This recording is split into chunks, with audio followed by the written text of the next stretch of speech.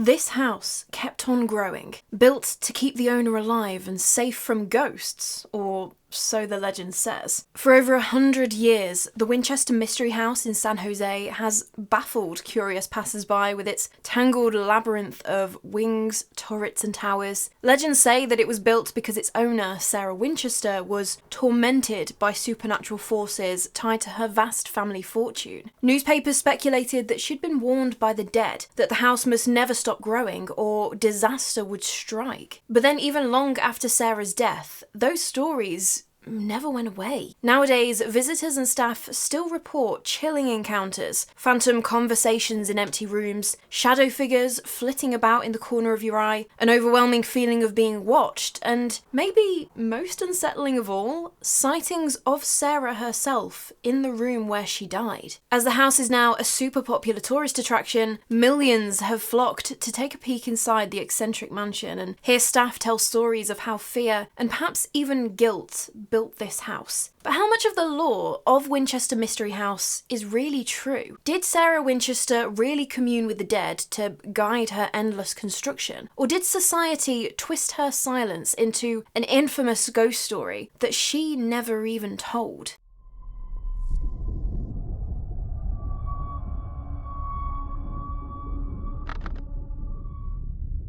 So this story really starts with one woman at the centre of it all, Sarah Lockwood Pardee. She was born in the summer of 1839 in New Haven, Connecticut, and grew up to be an incredibly bright, well-educated young woman. She could speak 4 languages, she took music lessons, she was doing all of these things. On the 30th of September 1862, Sarah got married to a guy called William Wirt Winchester, and you may recognise that name because he was the son of Oliver Winchester, the founder of the Winchester Repeating Arms Company. You know the ones, they make the guns. In 1866, Sarah gave birth to a baby girl, Anna Pardee Winchester, named after William's sister Annie Dye, who had died in childbirth just a few years earlier. But unfortunately, heartbreak wasn't too far away. Baby Annie only lived for 6 weeks, suffering from marasmus, a condition where she couldn't absorb nutrients. Just imagine watching your newborn child waste away in front of you, knowing that there is nothing that you can do. That must be absolutely gut-wrenching. Sarah and William were understandably devastated, and they withdrew from society for about a year. Meanwhile though, while their personal world had absolutely crumbled, the Winchester Repeating Arms Company was thriving. After the big success of the 1866 repeater, nicknamed the Yellow Boy, Winchester followed up in 1873 with the Model 1873, the rifle that became known as the gun that won the West. By then, the Winchester name was cemented and the family were incredibly wealthy. But all that money couldn't bring back loved ones, something Sarah was about to learn to an even bigger degree. In May 1880, she lost her mother, and a few months later, in December, Oliver Winchester, her father-in-law, he succumbed to tuberculosis. On his death, the company passed to his son, Sarah's husband William, but by that point, William himself was suffering from the same disease that had taken his dad. In March of 1881, William also died, aged just 43, leaving Sarah absolutely heartbroken, losing another loved one so soon. With her husband's death, though, came a staggering inheritance, amounting to hundreds of thousands of dollars, which only increased once her mother-in-law passed away in 1898, and she received the shares that William had of the Winchester Repeating Arms Company. Some sources say that her inheritance was around $20 million,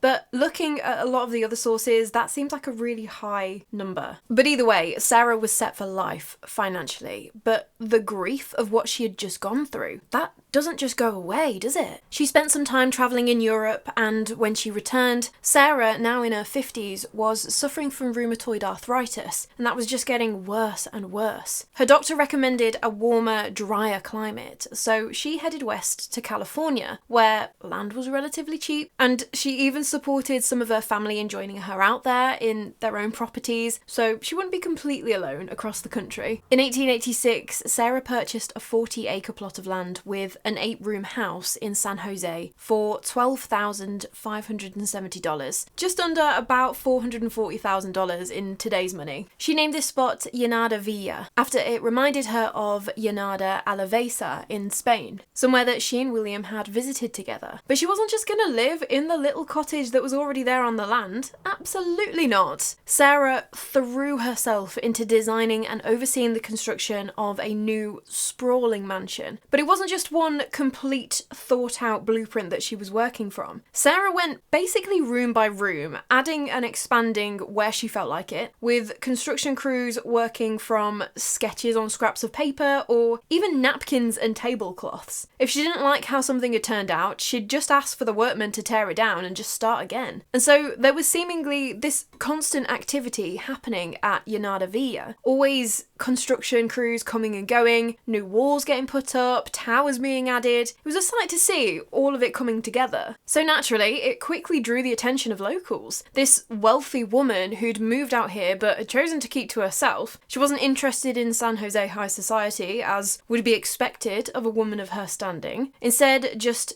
building and building and building this growing and changing and evolving house. It got people's chins a wagging, you know? And so, on the 24th of February, 1895, the San Francisco Chronicle published a story about Sarah Winchester and her unique abode, with what was a claim and a half, but they speculated that she was building this home because of her association with the Winchester name, and that spirits of the victims of all of the Winchester firearms out there had effectively cursed her, and that now, if the hammers ever fell silent, if the construction on the house ever stopped, she too would die. Even with those sorts of rumours going on about her though, Sarah, just thoroughly unbothered, she did not give a flying one about what anyone thought about her. She had more than enough money to keep her comfortable for the rest of her days. She knew what real priorities looked like, having been through what she had gone through. And so the opinions of nosy neighbours in the press were definitely not worth losing sleep over. Neither she nor anyone close to her ever addressed what the newspapers were saying. So, effectively left unchecked, the stories grew and evolved and morphed into something else, just like the house, which went on to have 4 floors and even a 7-story tower. But in 1906, all of that would change when a huge 7.9 magnitude earthquake caused catastrophic destruction. It killed an estimated 3,000 people and left hundreds of thousands more homeless. At Llanada Villa, the upper floors collapsed in on themselves and the 7-story tower was completely destroyed. There's even a story that Sarah was trapped in the Daisy bedroom during the quake and staff had to break the door down with an axe. We don't have any evidence of that actually happening though. She never spoke about it in letters or anything like that, which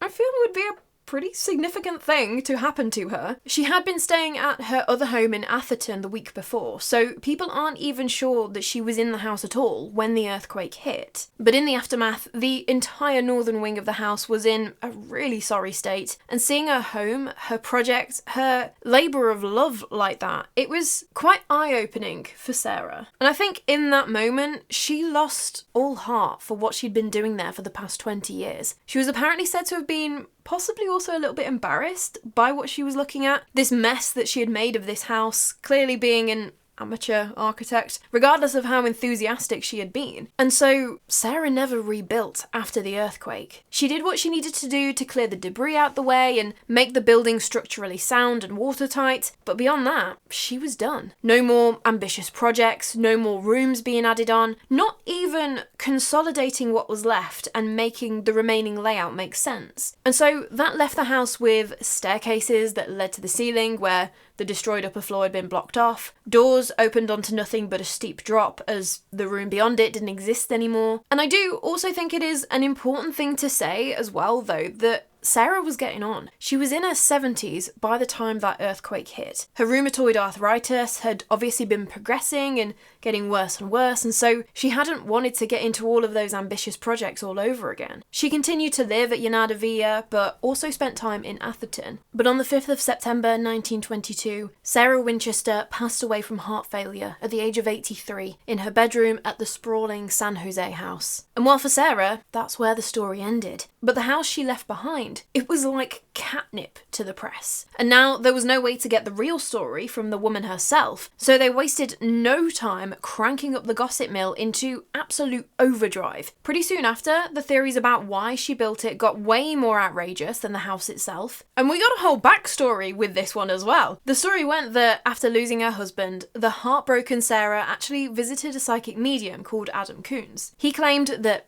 Sarah's entire family had been cursed by all of the victims that had been killed by a Winchester rifle. And that's why her family had been dropping like flies. It was these spirits getting their revenge. And Sarah, she was next. But the only way that she could escape this curse was if she built a house, but it needed to be big enough to hold all of these restless souls. But because people were dying every day from a Winchester, the house could never be completed. And from then on, the legend says that Sarah was absolutely racked with guilt and did as the psychic medium had told her to try and make amends for what the Winchester Company had done. Every night at midnight, she would ring a bell to summon the ghosts for a seance, and they would give her instructions for the next day's building work. When it got to 2 a.m, the bell would be rang again and the spirits were dismissed until the following night. But that became the reason that the house seemed to be haphazardly put together, with stairs that led nowhere or whatnot, because she was just working on the communications of ghosts, and who was she to say what was right or wrong? Another version of the story was that she wasn't building for the ghosts, but against them, instead deliberately creating a maze in the house to confuse the ghosts who were chasing her. Either way, the result turned out the same. Stairs to nowhere, unusable doors, entire wings built just to be torn down again, all of that. The story also goes on to say that the construction never stopped, night and day, year after year, because she'd been warned if the hammering ever fell silent, so would she. But from what we actually know now about Sarah, this whole legend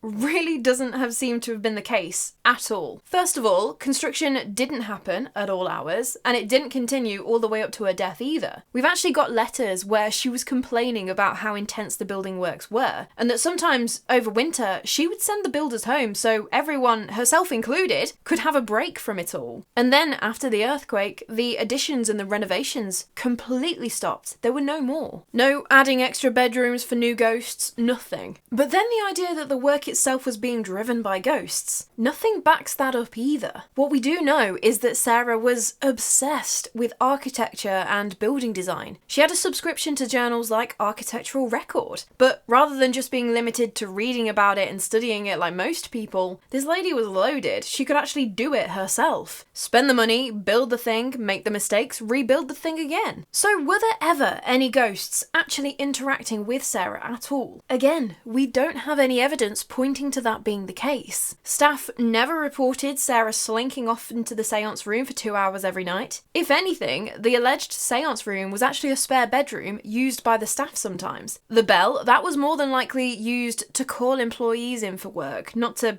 call ghosts in for a building consultation. So was there any truth in the curse at all? Was there any supernatural element? Did she feel guilt? Was she tormented by the victims of Winchester? Well, I mean, she stayed as a shareholder and a board member of the company for years. She was very smart with her finances, made huge returns on her investments, which doesn't seem to me to be the behaviour of a woman who was feeling guilty about all the blood money that she'd inherited, you know? But then even the psychic medium who told her all of this, Adam Coons, absolutely zero trace of him. No one can even find this guy. Not to say he doesn't actually exist, but certainly Sarah herself never made any mention of this person, and his name doesn't actually appear in connection to Sarah until 1967, over 40 years after her death anyway. So from what it looks like, in all honesty, there was nothing paranormal going on here, at least to do with Sarah's building of the house. It just seems to be myth on top of rumour, and if it's printed in a newspaper, well, it must be true then. In reality though, the actual story is way more interesting, but obviously that doesn't make make a good headline, does it? Some do suggest that another reason Sarah kept starting all of these different building projects was, aside from obviously enjoying her hobby, to provide an income for staff and make sure that they stayed in work and were looked after. Because regardless of what people were saying behind her back or in the papers, Sarah was an incredibly generous person. She made anonymous donations to charities like the Red Cross after the 1906 earthquake, and even funded a new hospital in New Haven in her husband's name, the William Wirt Winchester Hospital. But maybe on a more personal level, she may have liked the energy of it all. A house full of people building and moving and creating. I mean, that certainly sounds better than being left alone in an empty house to dwell on her losses. So yeah, I know I normally leave all of my debunking to the end, but it just seemed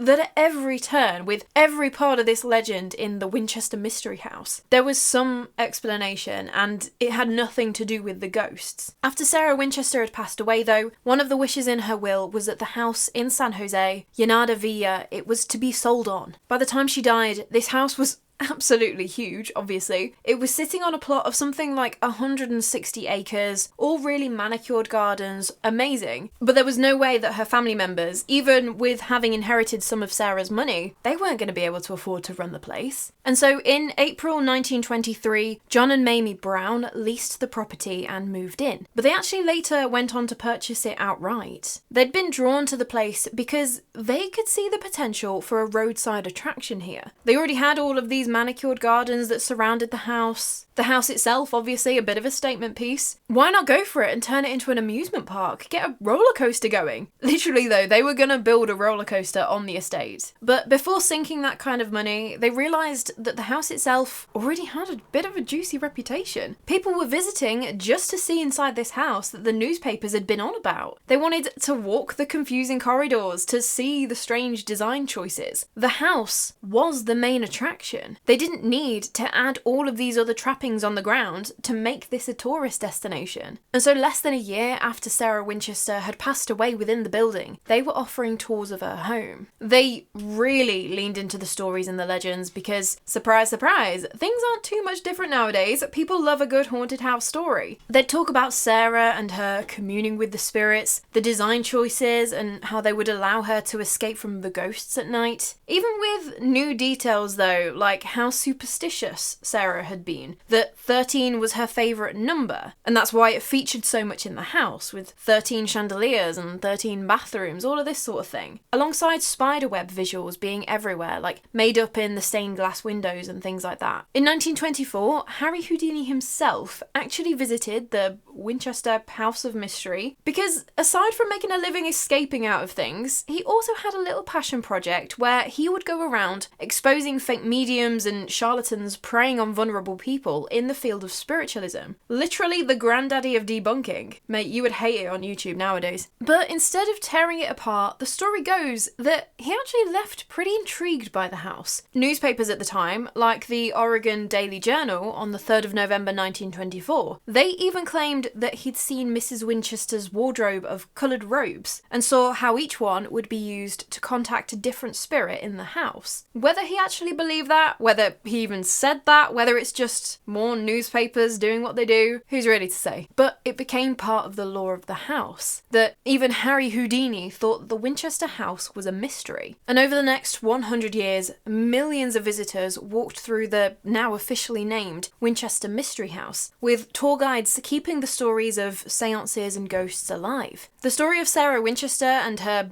ghostly team of architects actually inspired Stephen King to write the television miniseries Rose Red, a haunted house story that aired in 2002. And then in 2018, Dame Helen Mirren starred in Winchester, a horror film portraying Sarah as haunted by the spirits inside of her mansion. Just fully leaning into the ghost story. So nowadays, if you visit the house on a guided tour, you'll discover the seance room and the staircases that confuse spirits and all the other things that the newspapers were saying about the eccentric yet reclusive Sarah Winchester and her haunted house. Whether you believe in the stories or not, based on the evidence there is for it all, well, I will leave that up to you. But regardless of the fact that, at least back then, there never was any inkling from Sarah herself, or even anyone who knew her, that there was anything paranormal going on in the house, that hasn't stopped staff and visitors from experiencing strange unexplained things there now, because some terrified witnesses even claim to come face to face with the ghost of Sarah Winchester herself, as a woman wearing a black floor-length dress who's been seen walking the halls of the house and in her bedroom. Other times, the strong smell of roses is picked up on, even though there are no flowers about or anything like that. Sarah was said to have been very fond of roses in life, and so that's thought to also be her, making her presence known. The bedroom where she passed away, though, unsurprisingly, that's become a bit of a hotspot for paranormal activity. One group of paranormal investigators who were staying there overnight reported seeing a red ball of light in the room that seemed to explode and then fade into nothing. All while this was going on, the psychic medium in the group said that there were two people in servants' clothes standing silently in the corner of the room watching them. I don't know how I feel about that.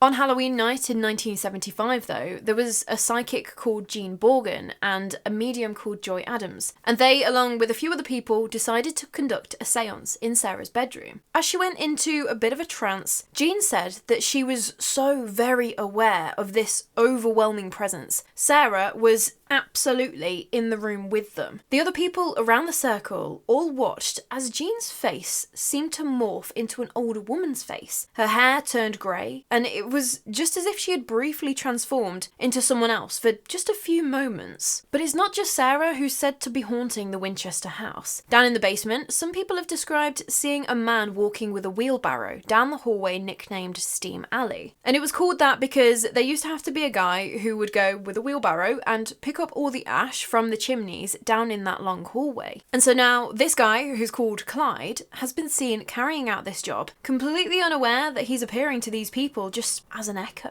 But if Clyde isn't seen, sometimes the basement just has a really intense vibe, like you're definitely not alone. But I mean, it's a basement. I feel like that kind of just comes with the territory, perhaps? Although there was one story which kind of suggests that maybe there is some sort of intelligent haunting, some sort of entity down there. Because one night back in 2018, the house was open to paranormal investigators. And so obviously all the lights in the house were off, including the stairs down into the basement. There was a woman who was walking down the stairs, but she was gripping onto the railing for dear life, both hands, very slowly and carefully coming down the stairs. Not because she was scared of ghosts or being down in a creepy basement at night, but because she was petrified of falling on the stairs. I mean, yeah, that's totally reasonable. As this woman was saying, I ain't afraid of no ghost kind of thing, it's just because I don't want to fall, the light directly above her started to flicker on, which was super uncanny timing. This light kept flickering off and on until the woman made her way down into the basement and off the stairs. After that, the light was checked over completely, make sure that it was screwed in properly, there were no issues. They even went to the light switch and turned it off and on as normal. Yep, this light is totally fine. It just seemed that something down in the basement had wanted to make sure that the woman got down the stairs safely. We love that, ghosts looking out for our safety. In the hayloft though, there seems to be another residual echo playing back a moment from the past, although not quite as routine as Clyde shoveling ash into his wheelbarrow. One of the tour guides mentioned that she always got this eerie vibe up there. Nothing obvious, and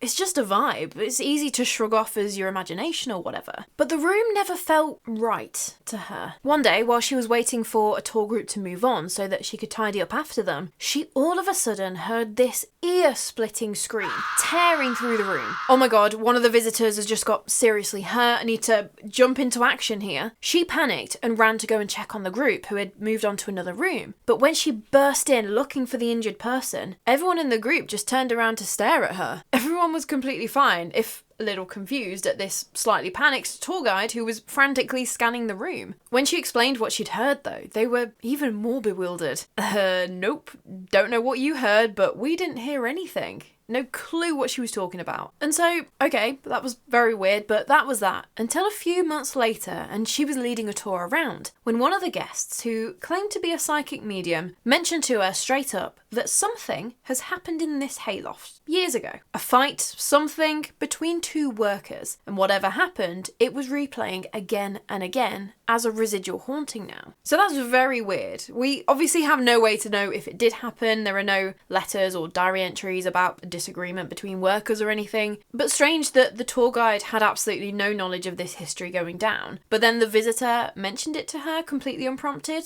Just seems a bit strange. But one phenomenon that really doesn't make me feel super comfy is that doppelgangers seem to be quite common at the Winchester house. You get those proper someone's there moments where people can hear their own voice coming from the other side of the house, which is great, or calling out and hearing the reply echo back when you know that there's no one there. Loads of staff say that they've also spotted a colleague in the corridor, and obviously they're walking past, you just think nothing of it. They're just going about doing their job. When 2 seconds later, you see the same person walking in a different area with no conceivable way for them to have got there. It's just like a glitch in real life. And the more I learn about doppelgangers, the more they really give me the EBGBs. I might have to do an episode on them or something because they are creepy. But they're not the only ones you need to look out for here, apparently. Because in the back hallway, one tour guide swore that she saw a tall man just standing there. She'd arrived first that morning, so she was going around and opening up and doing all of the things when she opened the door into that long hallway. And she absolutely wasn't expecting to see anyone. She was the only person in the house, or should have been anyway. But standing in that hallway was this tall man wearing a hat and waistcoat, and he turned to stare at her. Just no, absolutely not.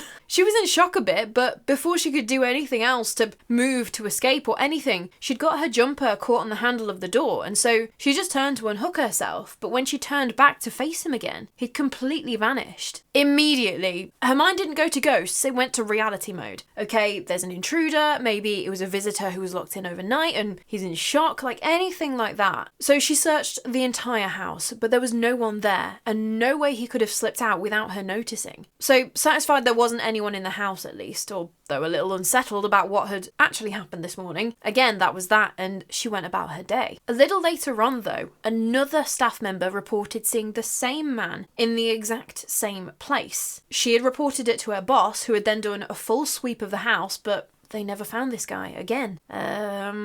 Okay. Gets even weirder though. A guest mentioned to staff that she could just sense that there was a very tall man in a hat and waistcoat. I don't want to freak you out, but he is staring at us. No, thank you. All in the space of one day that happened. But apparently this guy has been seen by multiple staff members over the years. Not always standing in that corridor though, sometimes climbing the stairs or just standing in rooms off that hallway. Other glimpses of figures have also been seen though, people dancing in the ballroom, although I'm not really sure how many parties Sarah Winchester actually hosted. My guess is not many. But people dressed in 19th century clothing just milling about, although there are no costumed actors around or anything like that. But it seems that even if you don't see a specific entity, there's just so many more claims of general otherness going on here. Footsteps are a huge one. People talk about hearing footsteps in places that categorically are empty. There was a story from one of the maintenance guys who could hear footsteps on the floor above him, a place that was out of bounds to the public. So he chased after where this intruder was, but the footsteps would always be ahead of him. Every time he climbed a floor, the steps moved up too. They were always just staying out of reach. By the time he got to the roof though, nothing. There was no one about. Nowhere for them to have escaped either. That would do my head in. Ghosts making me do cardio. I go to the gym enough, thank you. Voices are another one too. Staff will hear muffled conversations in the next room over, only to open the door and find it completely empty. And again, the conversation has moved into the next room along. That's just weird, right? Sometimes it's not just the sounds of voices or footsteps, very specific, but the sounds of nails being pulled out and dropped on the floor have been heard. Like the house is still under construction even now, or you hope not about to fall down on your head. The Winchester house also seems to have this habit of messing with the doors, just opening and closing seemingly on their own. And I don't know, maybe uneven floors? I don't want to slight Sarah Winchester's passion, she sounds like an incredible lady. But what does make this a little bit weird is that sometimes the doors will open specifically for staff members whose hands are full and they can't open the door themselves, as if it's like a thoughtful ghost helping them along. But then sometimes it's a little less helpful and more unnerving, as people claim to suddenly get joint pain, like phantom arthritis, or their vision will blur out of nowhere, despite never having either of those ailments before in their life. Some say that they've been shoved by something unseen, whereas others describe a light, almost comforting touch. It just seems that you don't really feel alone in the Winchester house. I can see why staff members sometimes get creeped out when they're closing up at night, because a lot of people commented on how they felt a definite vibe, that inexplicable, there is definitely a presence here kind of thing. So, was the Winchester Mystery House really built through communication with ghosts? Looking at the evidence that we've got, I'm leaning towards probably not. The truth, that is far more human. A grieving, wealthy widow who poured her time and money into a passion project that the press couldn't resist twisting on a slow news day. But whether you believe in the legend or not, Sarah Winchester left behind a house unlike literally any other. And if the more modern reports are to be believed, maybe she never really left at all. Because this one really took me on a journey. I think I first came across this house on an episode of Ghost Adventures, as these things tend to do. And I mean, she built a house on the direction of ghosts. Say no more. Perfect. I'll see you in a week. I'm going down this rabbit hole. And yeah, the stories were pretty sensational, but once you strip all of that back, the real story, the history underneath, so much more interesting, at least to me. But having said that, I do understand why the house nowadays does lean into the legend. It sells. Ghost stories always do. I'm pretty sure I saw a stat or some market research or something that said that most visitors to the house come for the supernatural element. And I'll even call out myself, if it wasn't for Sarah's legend, it would just be another quote unquote haunted house, and I'd maybe not have even covered it on the channel. The reality is, the house as a visitor attraction just objectively would not have done as well over the years if it was just, ooh, an interesting looking building. So although the ghost tours, the movies, the legends, all of that keep perpetuating the story that we have no proof for, I get why they're doing it. I just wish things weren't hammed up quite so much. Apparently the company have toned it down in recent years, but tour guides are still made to mention the ghosty bits. Like Sarah's fascination with the number 13, even though a workman who knew Sarah Winchester came out and said that they were added in after she died. They'd gone back and added in extra bathrooms to make it up to 13 and extra chandeliers and stuff to keep the legend going. I can't help but notice though things like where the legend contradicts itself. Like with the seances, did she want to build the house on the ghost direction or construct the house in a way to confuse the spirits? I don't feel like it can be both. I did also find it a little bit sad though when researching online to find quite a few tour guides who used to work at the house. They admitted that they felt that they had to bite their tongue. They wanted to tell Sarah's real story and talk about the real woman she was, but they have to give the public what they paid for. I don't know if that's still the case now. A lot of those comments that I saw, they were from a few years ago, but even so, I don't know, I just find it a shame that this woman was overshadowed by the myths that the newspapers made up about her. And so I do understand why some people feel that there is absolutely nothing paranormal whatsoever going on to this day. Because just taking a skeptical look at it, you visit a place where you've heard the stories about it and something strange goes on. You're more likely to think that it is a ghost, right? So the place is super geared up for people to experience confirmation bias. You almost expect to see a ghost, so a ghost it must be. Even strange noises though, they could be wood expansion, maybe even tiny earth tremors. Not forgetting the way that the house is laid out, sound might travel weirdly and things like that. But maybe that's not all of it. Some visitors and staff really do believe that they have experienced something in Sarah Winchester's house. And even for me, take away the legend completely. The house is over 100 years old. That farmhouse that was there before and got incorporated into the structure, that had been there even longer. Sarah Winchester poured her heart and soul into building the mansion, in a similar way kind of to how Walt Disney infused so much of his energy and passion into Disneyland. Is it really such a stretch to imagine that maybe some part of Sarah, whether her energy, anything like that, still remains in her house? Like the reports of helpful phenomena, flickering lights and opening doors, could it be Sarah keeping an eye on things and making sure no one gets hurt? I don't know. The final thoughts for me, I guess, are that I don't believe the legend. I think Sarah was an incredibly bright woman who, through really unfortunate circumstances, came to be wildly wealthy. And she used that wealth to focus her energy on something that she was passionate about, and basically, stuff what the lot of you think about me, I'm just living my life the way I want to. But that meant newspapers got talking, and that only amplified when the Brown family owned the house next and turned it into a visitor attraction, using the ghostly legend to market the place. But that said, I don't think it's out of the realms of possibility that the house is now haunted. Not by the ghosts of Winchester victims or anything like that, but by Sarah. Maybe her staff as well, who were all said to absolutely love working for her. So maybe they still show up for work now. But anyway, this was such an interesting one to look into. I love it when a story surprises me. So tell me your thoughts anyway. Do you think she was plagued by ghosts and that's why she built the house the way she did? Do you think that there's absolutely nothing to any of it and the house is just a house? Tell me your opinions. And if you want to learn more about the life of Sarah Winchester, her family that moved out to California with her, about the construction and all of that, I highly recommend picking up Captive of the Labyrinth by Mary Jo Ignoffo. It is an absolutely fantastic book. It really goes into detail about her life and the actual house and what really happened while she was there. But if you enjoyed this video, please do give it a little like. And if you want to hype it too, that would be utterly brilliant of you. Thank you so much to everyone who hyped last week's video. I was utterly blown away that I got to number 25, I think, on the hype leaderboard, which that was my claim to fame for the week, but no, I absolutely could not have done it without you. Some people did ask me where the hype button was and it wasn't working for them. It is still only available on mobile for now, but if you see the comments box under the video and you swipe across, that is where the hype button is hiding. But as always, I'd love to see you back here for another ghost story sometime, so if you haven't already, please do subscribe. But anyway, that is all from me today. Make sure that you've had some water today. Stay hydrated. I cannot wait to chat with you more about the morbid, mysterious and macabre. So until next time, sleep safe.